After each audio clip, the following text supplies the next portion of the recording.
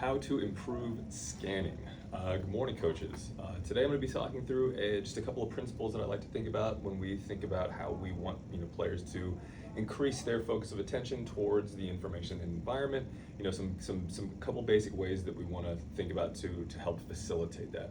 The most skillful players, as we think about, are the ones that can take in the most information, can see the most, and of course that implies like scanning. When we see players receive the ball, do we want their heads down here? Do we want them looking around, being able to take in to help make better decisions? The most skillful players are the ones who are the best decision makers, and the best decision makers have the most information from which they can then make a decision. So first thing I like to think about with scanning is, representative learning environment. If we have a good play session where we go from, we're gonna do some kind of scrimmage, some kind of directional rondo, and then we go into, a practice component and then back to a play component. With our practice component and even within the context of our play, are we making sure that we are including a representative learning design? Are we making sure that we're including a task goal, a direction? Are we incorporating attack and defense? Are we making sure to incorporate, some intentionality with it? Are we incorporating, space? Are we incorporating dimension? And of course, transitions. So with a, basic kind of setup that I like to think about is if I'm thinking about, technical work, we want to encourage technical, good, behaviors with the ball. Well, the good behaviors are going to be more likely to emerge and facilitate through a representative learning design when we can give them good affordances. Affordances are basically just opportunities and those pieces of information that are key. Here we have, if we have, let's say, 14 players in your session, you want to break it into 2 directional rondos. We're going to start out with some play, maybe some 3v3s plus 1. And then we're going to go into our practice component and making sure to keep it representative with direction. We have our 3 neutrals, one on either end line, one in the middle. We have our 2 attackers, and we have our 2 defenders. Our attackers are situated outside just to kind of create that space.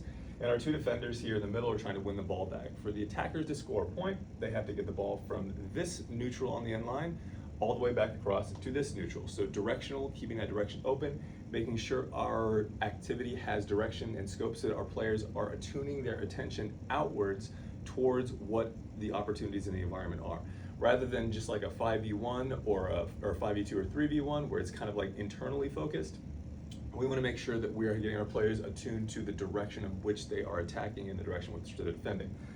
So with this, our defenders are trying to win the ball back. If the defenders win the ball back, they immediately then become the attackers, and the attackers transition to defenders, maintaining that, intentionality, that fidelity of transition. And of course then, the neutrals are going to try to play, bouncing across, again, maintaining that external sort of focus of attention. We'll just kind of get into that a little bit more. But really, we want to maintain that representative learning design so that the opportunities to play and where we are going, where we're defending, our attention is seeking outwards, and it's going to encourage players to have to scan. If I'm the player here and I'm receiving the ball back, I know that I'm going to have to, if I'm trying to score a point, send the ball back over to this side. So what is that likely to encourage me to do? If I receive the ball facing this direction, I can play back and that's okay. But if I want to progress the ball up the field towards the task goal, what am I likely going to then be encouraged to do? Am I going to look towards where I want to go? Or am I going to look away from where I want to go? What is going to be most likely to occur based on the conditions of the game? And the second real component here is this is kind of more about, this is a piece of the affordances, encouraging our attention to go external, but it's also about how we, give feedback. So when we're thinking about focus of attention, we think internal, we're thinking internal towards ourselves, where is our attention going to, versus external, are we looking away from ourselves? Most of the good research out there shows that generally speaking, for most players in most situations, an external focus of attention is going to be more likely to facilitate and encourage better outcomes. So when we're thinking, in our activity, the feedback that we're giving, am I going to be thinking about how am I receiving the ball, internal focus of attention, or am I going to be giving feedback that's going to help the player attune to external affordances? Where are we wanting to go to? Where is the direction in which we want to play? How is that going to naturally then facilitate the player's attention towards that information is going to improve their scanning? Because instead of looking at, am I playing the ball to the right foot, and I look down, I'm thinking, where am I going to play to next? Where are my teammates? Where do I want to go?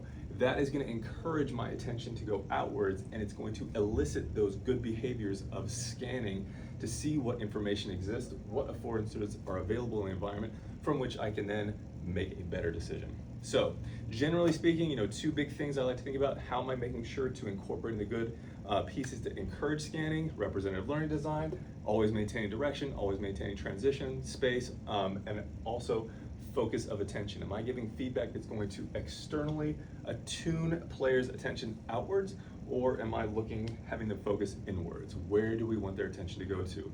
Always to the environment around us. How to improve scanning. Cheers.